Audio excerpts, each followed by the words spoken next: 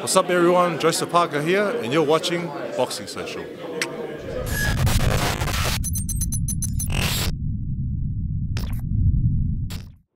Marc Gatford for Boxing Social on the phone straight from Las Vegas. We have former WBO champion Joe Parker.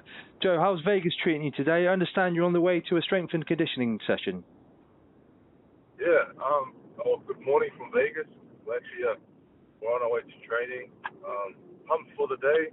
Vegas is very hot at the moment, so we're heading to training, and when we started training, we're already sweating. Good stuff. So let's start with the somewhat surprising announcement. You're heading back over to this side of the pond to fight Dillian Whyte in July. How did this fight materialise? Because there were a few other names in the hat. It didn't seem like this one. It definitely came as a surprise. Yeah, we were looking at different options. We had many options on the table, and I think this one made sense, boxing-wise and business-wise. And it's come down to the great work that coach and team did in the background, and our promoters. David Higgins and Eddie Hearn got together and did a deal very fast that we're all happy with. And it was just two fighters that were eager to get in the ring and fight each other. And we wanted to fight the best out there. So we think that he's rated as one of the best in the world so far. So I think we got the announcement. I think it was somewhere around June 6th, June 7th. Had you been preparing for Whyte behind the scenes up until that point, or have you literally just dropped into camp following that announcement? Yeah, no, I was on holiday, and we're like I said, we were planning on getting the right fight for us. And when we announced this fight, that's when I started training. So and then camp is off to a great start. So we got another 5 weeks before the fight, before fight time is here, and so we got to put in a lot of work. Definitely. So what was your reaction to the 12,000 tickets being sold in one day for the big night of boxing we've got on July 28th? Were you expecting those tickets to go so quickly? No, I had no idea how the tickets would go, but that's I think a great indication that this fight is there's some interest in this fight, and there's a lot of people wanting to see it. So it's good for us. It's good that our goal is to work hard and come to the UK and put on a great performance for those who are interested to see the fight. Absolutely. And obviously, a great main event, you versus Dillian Whyte, and also ably supported by Kell Brook, Derek Chisora, among others. Yet there's been some criticism in some circles in regards to it being a pay-per-view fight. Why do you think that is? I just feel, it's not really my decision, but I feel, with the fights that are undercard and the fights that we have, I feel like it's great matchups. So I think those who feel it's pay-per-view worthy, they can buy it, and those who don't feel like it's not pay-per-view don't have to buy it. So it's really up to them what they decide to do. And what do you make of Dillian as a fighter? How do you think your styles will gel when you meet in the ring on July 28th?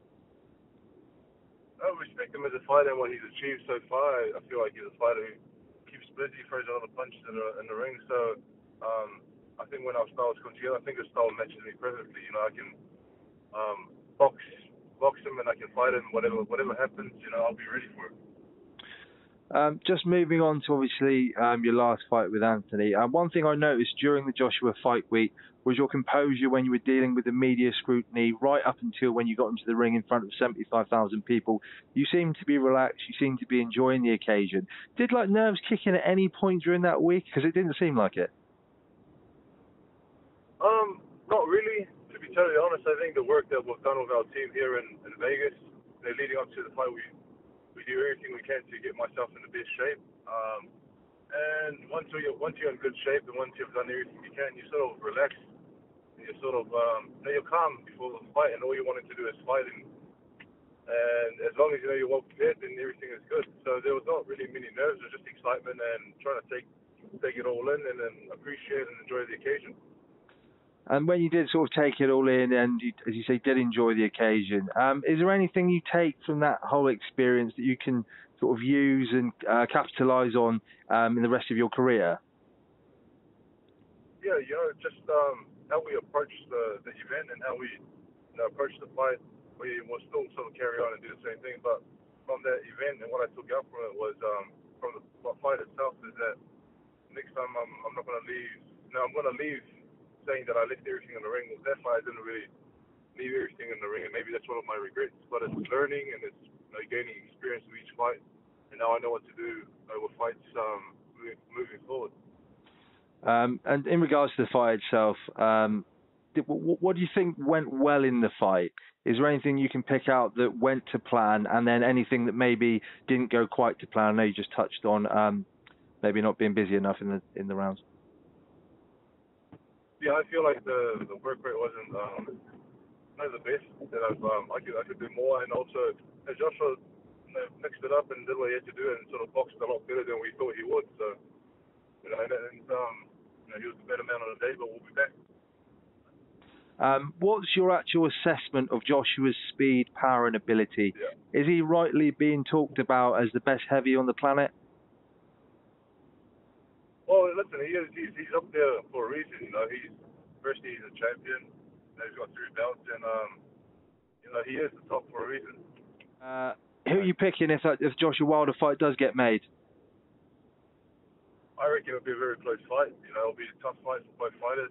And it's a fight that everyone wants to see. Everyone wants to see who's the best in the world. So hopefully they can get it done. I'm leaning a little bit towards Wilder, but again, anything can happen.